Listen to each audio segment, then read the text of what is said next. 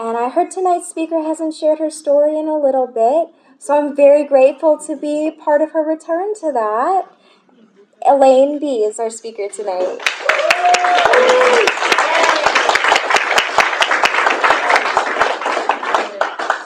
I'm Elaine. I'm an alcoholic. Hi, thanks. And I'm really not that nervous, but Alec is right.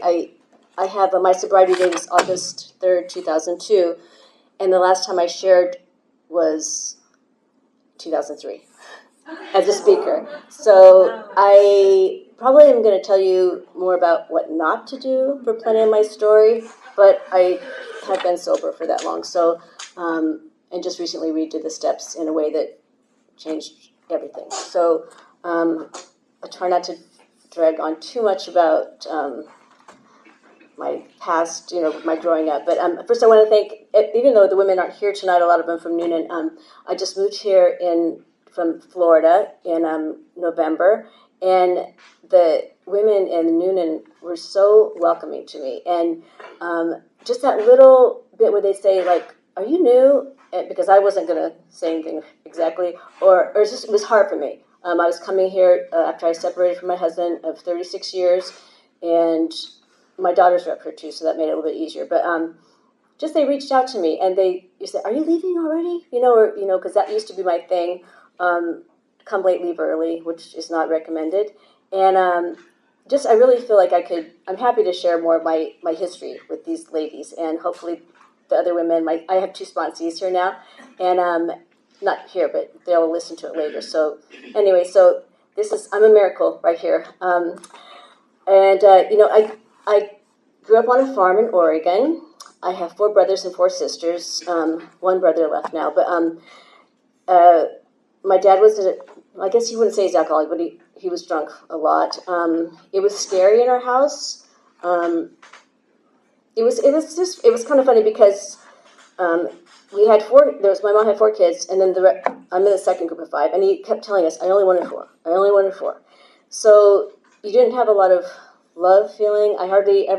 My dad never really talked to me, and my mom was so busy cooking, cleaning, and so we didn't have emotions going in the house. So I was cared for, and I had nice clothes. I mean, she sewed our clothes. I didn't feel like I was working, we had to work in the summer, but I didn't mind it.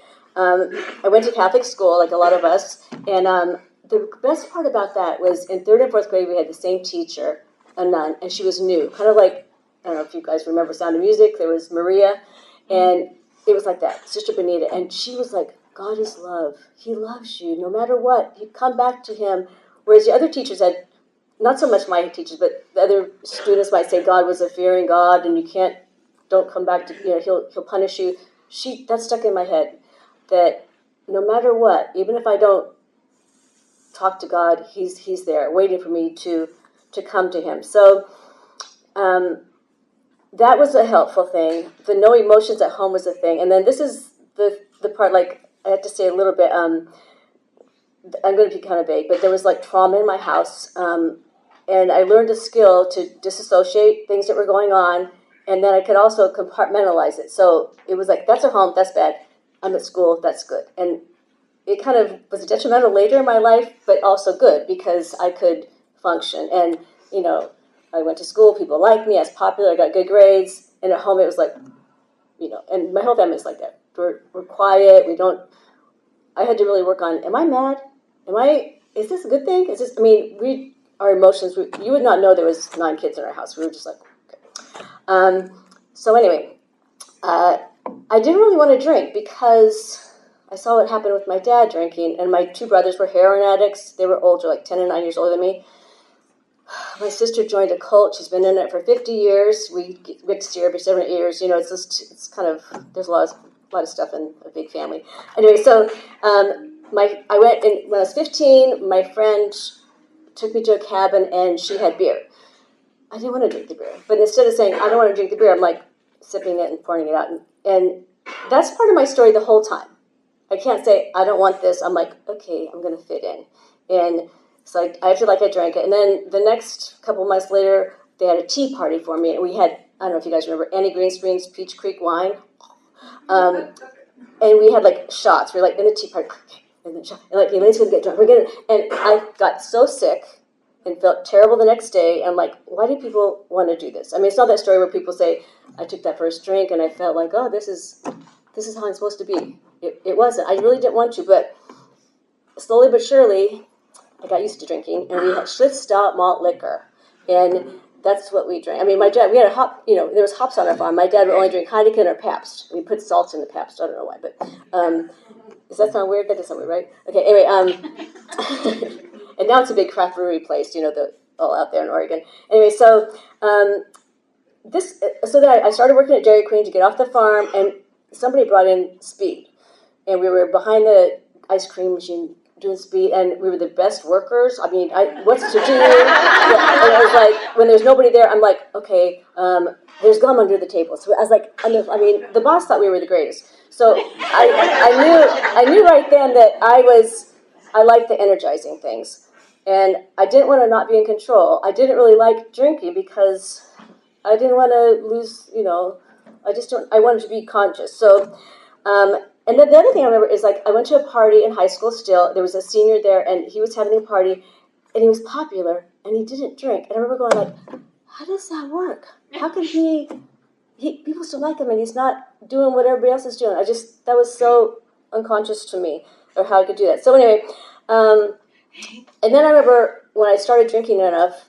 I would really drink. I'd either get sick or black out. And just one example is, like, I went to my senior prom, and the next day I woke up and I had this bruise, huge, and I didn't know how I got it. And I guess it turns out that I got up on the stage with the band and with the tambourine. I was like, the whole time, and I'm singing, and I think I'm saying, Tom Gomer, I love you, and that wasn't my date.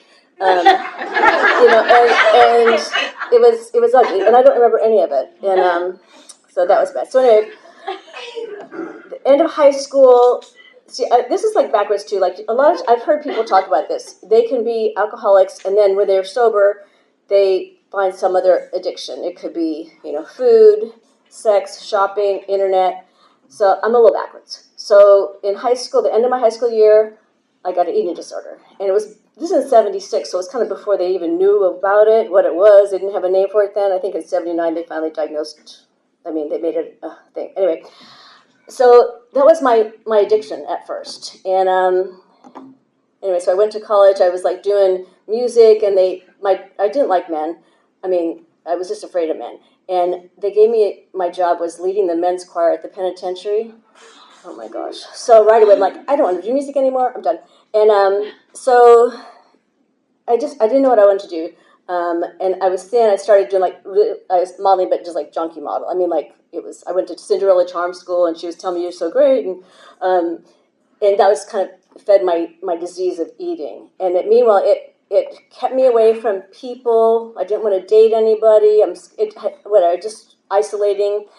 So anyway, so then I decided I was going to leave college, and I got a job with the airlines, and I got the job. So I was flying to Atlanta. This is kind of funny because I remember thinking, this is going to be like the Clampetts, if you guys remember that, the Beverly Hillbillies. And I'm landing and I'm going, oh my gosh, it's a city. I mean, I was so, there was not the internet then. And I'm a farm girl, and I hadn't even been on a plane. And for my interview I went, and I don't even know why I got the job. So I'm 20, and I had never been to a bar because the drinking age is 21. And they took me to the bar, and I got pina colada. And then they taught me how to smoke. And so, anyway, so then I get posted in Miami, and this is where it all starts. So my one roommate is from Dallas, and one's from Boston. And they're about my age, maybe a couple years older. So the Dallas girl is going to go to a sorority alumni party with her little Jell-O mold, and my Boston person is going to go to a disco to meet her sugar daddies. Epi a Go-Go, Charlie Tuna, Kevin from Heaven, and Fabio. So I'm like, I guess I'll go this way. So, oh my gosh. I mean, I'm just lucky I'm alive.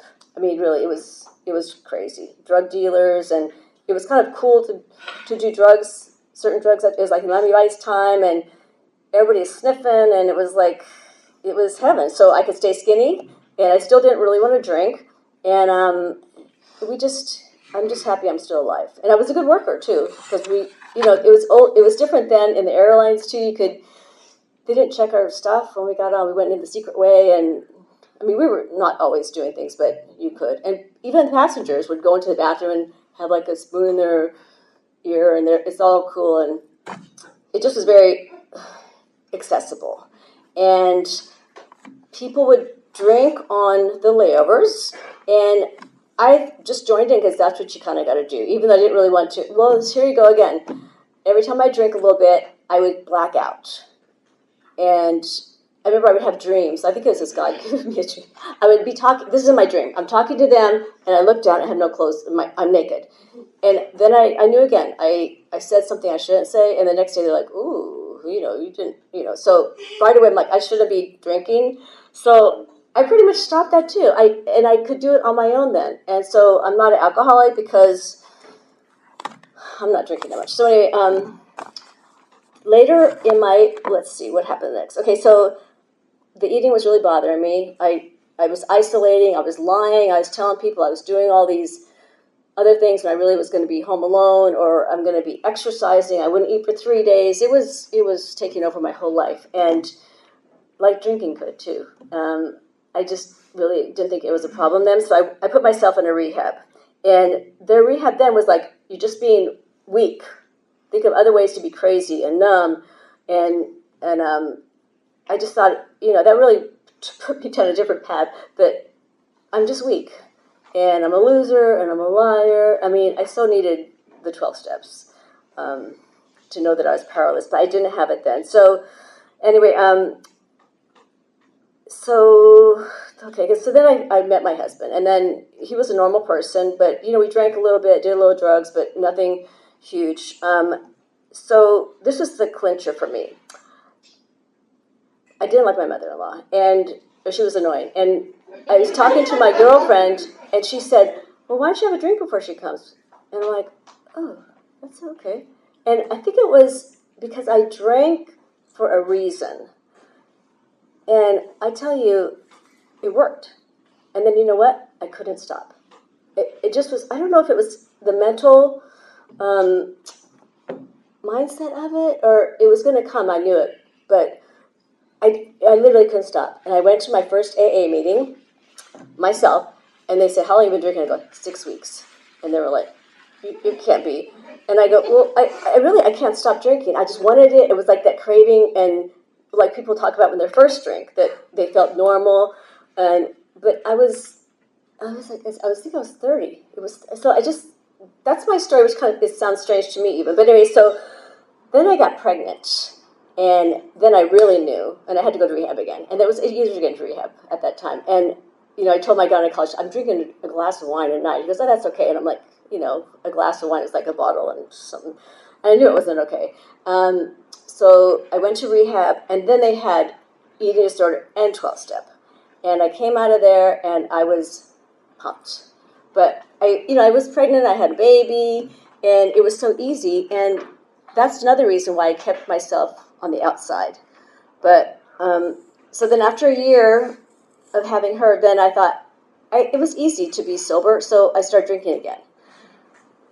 So then, I know, that was after a year. So then I got pregnant again, and it was okay. So I stayed clean for 8 years, and not really just going to meetings. Like when I first went to meetings, I was even drinking in the meetings because I wasn't really alcoholic. When I wasn't pregnant, when I had my first child, so I'm kind of getting mixed up. But anyway, so I don't know if I really believed I was alcoholic because that was so, I quit for my kids.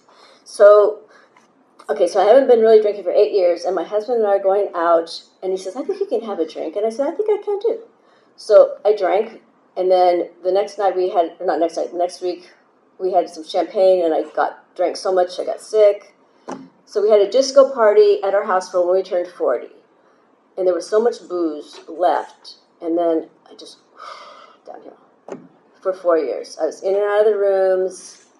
And I felt like I want to do what I want to do. If I had a different husband, we would be drinking normal like the regular people do. And so anyway, so one night he came home, it was my birthday, August 2nd, 2002. And I was in the bathroom throwing up. and the kids are there, and he just said, I'm done. So we've been married 15 years, and my daughters are 9 and 12. And I had been trying for 4 years to try to do it on my own. And they knew, like, oh, how come you're in the bedroom? Well, because I'm drinking, and, he would banish me to the room. And so they knew, and it was the hardest thing. And I'm thinking, what am I doing? I'm giving up my family, my marriage, to drink by myself. I mean, I wasn't in the bars. I was, like, drinking to have fun doing the laundry. And I was driving drunk with the kids. I remember I rear-ended somebody. I drove off. I mean, I really could have killed somebody. I could have killed my kid. I mean, nothing happened to me. I was never in jail. Kept my job. I worked for 42 years. I had a great time. And, yeah, I don't know. God was watching out for me. And I only prayed to God really when I was in trouble. When my husband left, he'd leave. That was kind of his MO. Like, every couple of years I'm done, and not just from drinking, but because he always said he was better than me. But okay. So anyway, actually, when I was sober for the 8 years, I guess I was supposed to tell you how I could stay sober through things. My brother stood in front of a train, my younger brother, and I stayed sober to that. And actually, I started going to church in the middle of there. I didn't say that because I'm getting mixed up, but that left me with a lot of guilt because I left him. I just knew I had to get off the farm. I didn't want to stay there. My family was just, and so he took his own life. My older brother died in a car accident driving drunk, and our family, we're still not really that close to each other. But the trauma that we had with my father was pretty devastating. And my mom still stayed with him, and that really bothered me. Even though, I don't know, I don't really want to go into that. Anyway, so I went to the meeting, and when I lost my kids, I didn't lose my kids, my husband was moving out, and I went in sobbing to the AA meeting. And I swear, I felt like for the first time I heard that on page 30, it says, the idea that somehow, someday, he will control and enjoy his drinking is the great obsession of every abnormal drinker. And I swear that was the first time I heard it. Because I'd been going in and out of the rooms, sitting in the back. I don't need a sponsor. I'm okay. And I got a sponsor, and she was mean. She was like a teacher, and but then she had two other friends that were my sponsor buddies, their sponsee buddies, and we did the steps together, and we did it pretty good. It was like I did the 4-step with her, but mostly the 4-step we did with her was like I had to list all the things I did bad, and she said, oh, I did worse, and that's all. That's what I remember anyway. And not really getting any benefit out of it, except for I feel like, okay, I got that off my chest. There's nothing inside of me. But not really changing anything. And I don't think that's how the steps are really done, at least the way I did it the last time. So I remember I was hearing people tell this truth. They were being honest about Women were saying, I stayed in bed for 3 days, and even men were crying, and I was like, men have feelings? I just, it's like, I really didn't think. I only went out with married men, because who cares? And they had to have money, and they're married. It was crazy.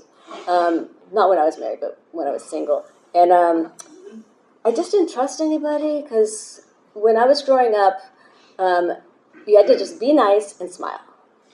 And I'm a good pretender. And that was like, I was a perfect flight attendant, because, you can step on me, get mad at me, and just, it was a people pleaser. And I liked it. That was perfect. I could have a terrible night at home, and I could go to work, and that's home. And, it saved me, but it also kind of stunted my growth. But when I came into AA, I hope I'm making sense. When I came to AA this last time with my sponsor, just to be honest and to be vulnerable and real, it was like, I thought this was so unreal that the outside world was all fake. AA is the only thing real. And I was like, everybody needs to 12 steps. Oh my gosh, this is the greatest thing. And then my sponsor, she got married and moved. And then one of my sponsee buddies, she relapsed. And I just kind of drifted. And I would come to meetings, like now I have 10 years, but nobody really even knew me. I'd get my medallion, and I would go to meetings in other countries. When I was working, I kind of, this is cool, but I didn't talk. And I wasn't growing, that's for sure. And I started going to church. This is going to be good enough for me. And I was kind of fake in church. Like, things are happening in my house now. And I'm like, yeah, it's fine. It's fine. I was turning into my mother. I was like, oh. And I used to say to my mom, just, why don't you divorce Dad? He's like ruining our house. And she just wouldn't. And I thought, this is me. I'm like my mommy. And I'm not honest. And my kids kind of finally say, like, Mom, would you want us to be married to this person? But, this is the other thing. Like, if you don't share stuff, your perspective, for me, can be not real. I mean, I'm hearing things at church and for other people like, turn the other cheek, just, love them.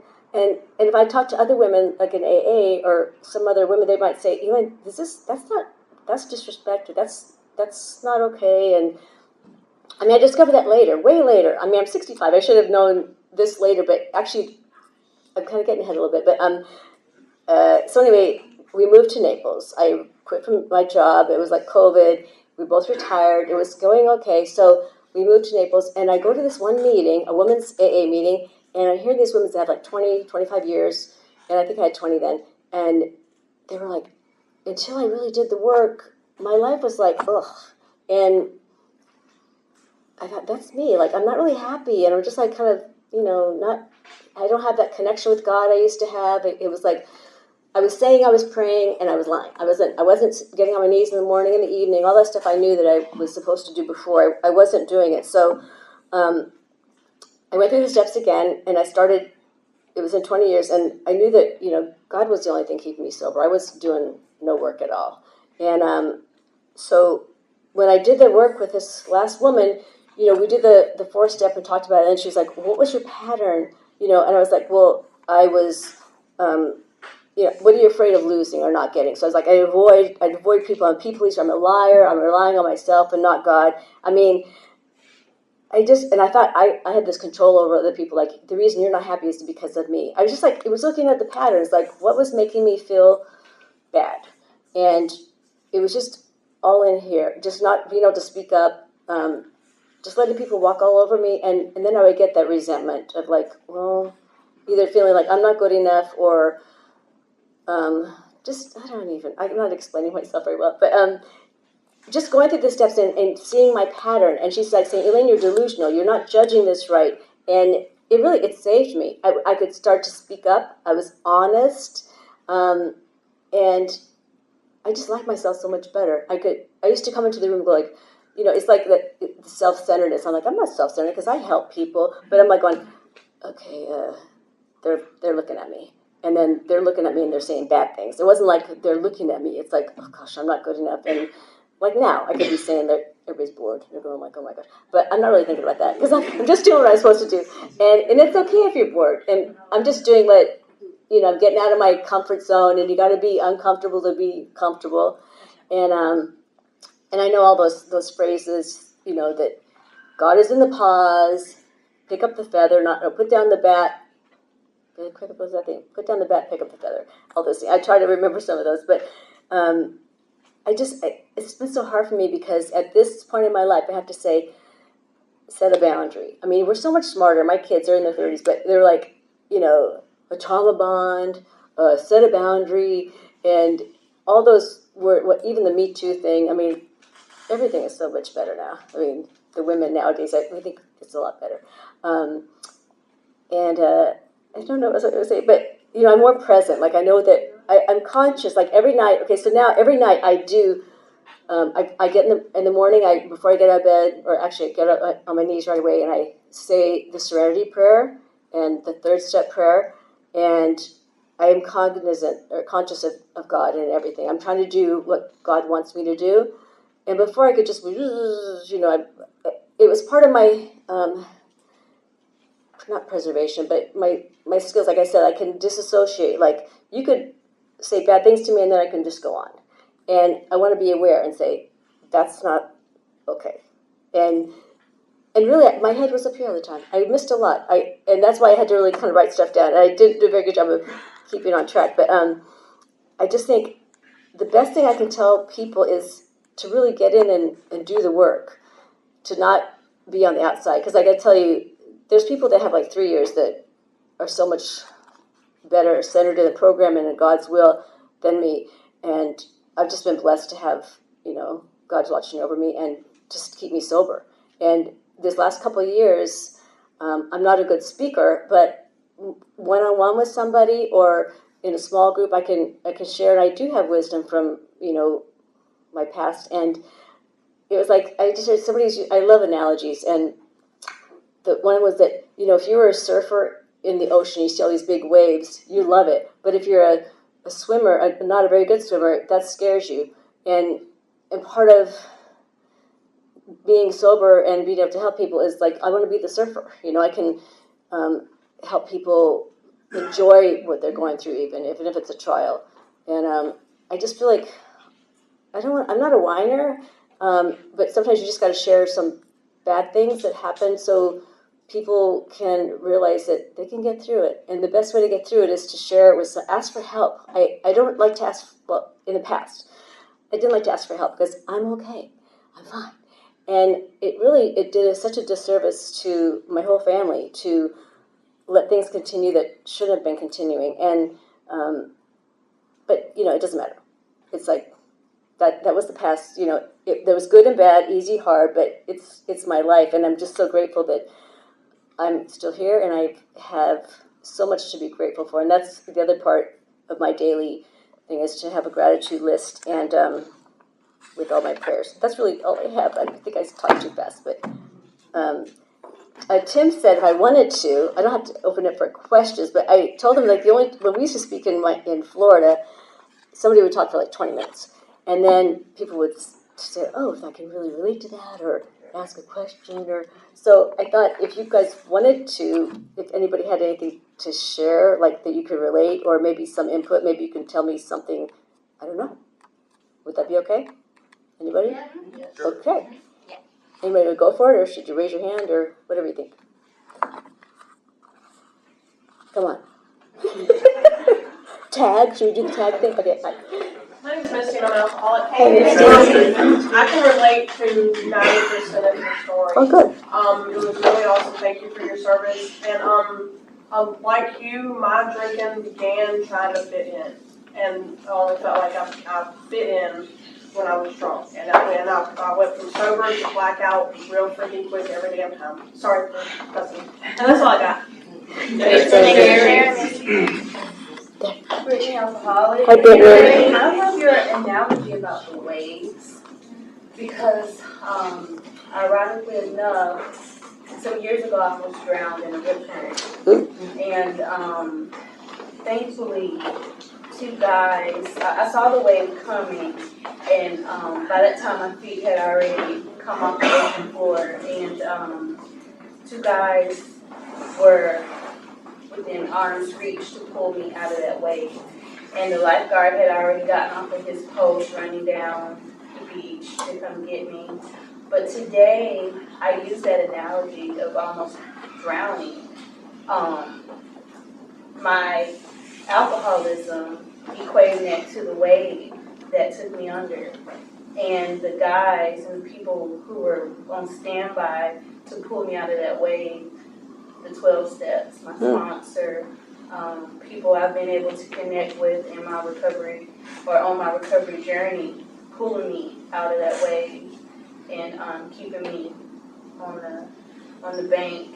And so I like that. I love how you use that analogy, and it just brought back to my remembrance how that wave and alcoholism almost took me under, not to return. So thanks for letting me share. That. You reminded me of one more thing. I have another analogy that somebody was telling me. I don't know. It was like if you're planning like a two-week trip to the beach with your family, and you're so excited, and on the very first day, you get a flat tire, and you're in the middle of nowhere, and it takes all day. You got to get a hotel. That's kind of going into the budget, and so then you finally get to the beach. So are you going to let that 1 day and a half ruin your trip to the beach? No, you're going to enjoy it. And they were talking about us when we complain about, our early years in life. Are you going to let that affect the rest of your years? And I mean, it's not really a great analogy, but that sticks with me too, that, the past is past, we're going to learn from it, and, that's what life is, good and bad, and we're here to make the most of what we have, right? So anyway, but I like that. I like your analogy better than mine. Okay, Ellen, right? Yes. Okay. Hey, Ellen, I'm calling. Ellen. Thank you so much, Elaine. I really associate with your relationship with your father, because that's a lot of what happened with me. And sometimes I'm like, I don't feel like that I should tell my story, because I did have a good childhood outside of him. I mean, my sister, my brother, my mom, we're all good, but outside of that, like I didn't have anything really traumatic happen. But it was traumatic to me, and it was something that pretty much almost took me out. And you were saying like it could be so. A friend of mine always says, I don't understand, because like somebody can say 15 wonderful things about you, and one person say that one bad thing, and you're gonna hang on to that bad thing for months. And he's right. He's right. And I do. I mean, like I said, 15 people can say, "Oh, you're so sweet. You're so, you're fun. You're funny. Whatever." But that one person say that one thing wrong, and I'm just gonna go in a rat hole. And so that's the way I lived my life forever. And the drinking is what made me feel like it was okay, like I didn't have to worry about that. And when I was drinking, I'd be like, I don't know what you say. But in reality, I was over there like, because I knew that it would make me forget it. Right. And it's, AA saved my life. But it also has helped me with character defects, which I don't think I'll ever get rid of. I think there's someone in here that Rusty that always says something like, you just have to tweak them. You never get rid of them, you just have to tweak them or be. Right. But what this room has taught me is to recognize them. And now that I recognize them, and I do have people that love me, care about me, sponsees, friends, that help me through that, I'm so grateful for them. Because now people can say to me what I need to hear, and I accept it the way I'm supposed to accept it. Before it wasn't like that. So, Right. Yeah, so I really relate to that whole situation, the following things. Right. I think I know too that the character defects they were saying that, and I believe this, that it's really, I think God tricks it for us, and the things that were negative, not always can be positive, but a lot of them. And I know my sponsor will be telling me like, you're on a pity pot, and snap out of it, and I need people like that are going to tell me like your character defect is coming up again. But it's gotten so much better, right, Ellen? I mean, I think it's pretty amazing. Just be able to recognize it is beyond amazing to me. Right. I mean, part of it was like just avoidant. Like I don't want to hear conflict, so I just would, and it would. I could be passive aggressive, but I'm like, I'm not. I'm just letting it. I'm letting it go. And yeah, so it's getting so much better, right? Thanks, Ellen. Thanks for sharing. Go ahead, Ellen. I'm Alex. I'm an alcoholic. Alex. I like how you kind of formed selfishness, because I was so codependent in the way I put others' needs before my own. I thought I couldn't be selfish, and I had to understand that that's how I made myself feel good. And what I felt and had to say, and what I thought was always more important than what anybody else had to say or think or feel. So I like that you kind of framed it like that, because I had to realize that I am selfish, just not necessarily in the most traditional sense. Right. Thank I think we all are a little self-centered, right? Yeah. That's true. Go ahead. I'm Kat. I'm an alcoholic. Hi, Kat. I love what you said when you're talking about getting out of your comfort zone, because there's a few people in here that did when I first came in, and I wouldn't share, I wouldn't raise my hand, I wouldn't read. I sat in the back, I had a baseball cap on, I had a hoodie with That's me. me. There we go, and so, like, for example, there's a 11 o'clock meeting on Saturday mornings, I think it's 11. And somebody asked me to read, and I ended up handing it to the person next to me. And so when the guy who was leading the meeting, he looked over and he's like, that's not who I asked to read. I was like, that made it even worse. Oh and so gosh, there right. goes my hoodie. But, now I'm able to share. I'm able to talk. I'm able to, do things that, again, are out of my comfort zone. Now, I'm still working on it, because I'm not completely out of my comfort zone, but it's because of AA, and with the changes that I've made, just like you. And I've got the same thing with my father. Well, he's passed, but my biological father, so I get it. Right. Great story. Thank you so much. Thank you. I appreciate it. Well, see, all this feedback is good for me too. But even like sharing, like some people that can have a couple years, that they jump right in. I'm always in awe of them. They want to be at the door greeting. I'm like, oh, and actually, one other thing you're reminding me is like, when those parties for people, the losers in AA that don't have a place to go for Christmas. I mean, I went to one of those when I was the loser, and it was so much fun. But I just remember, like, I don't want people to think I don't have anything to do, and they can't go to a Super Bowl party, and I started doing that, and just recently, and it was like, it was so fun. I don't know why I thought, we're not losers, even if you're just alone. But really, that's why I can't share, because I should be so much smarter with all these years, and I'm just, that's what happens if you don't share for 20 years. You don't get any better. Anyway, anybody? Go ahead. Hello. I'm Tara, an alcoholic. Hi, Tara. Hi. I really related to you said when you were going in school and you had that really awesome teacher who was just like God is love, and that was so awesome. But I think I had that other teacher like like God is if you just do right you're good, yeah. And then I had abusive childhood growing up with my dad who raised me, and so that just kind of backed up the idea of just God is just this mean, you're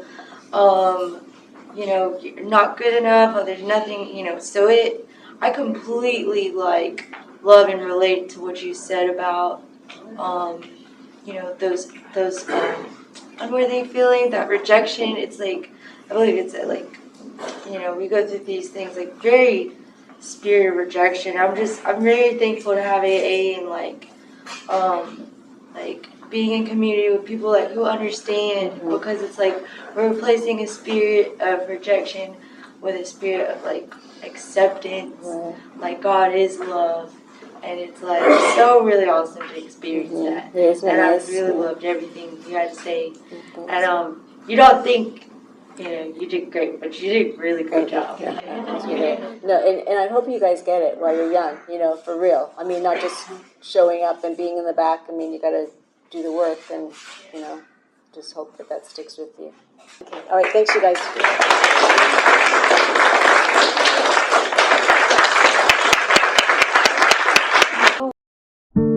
First I slept, and then I crept to a hope-filled dream. You rescued me, and finally, waking there I see. I look into love's window for a soul that's meant for me. Takes me where the promises are written.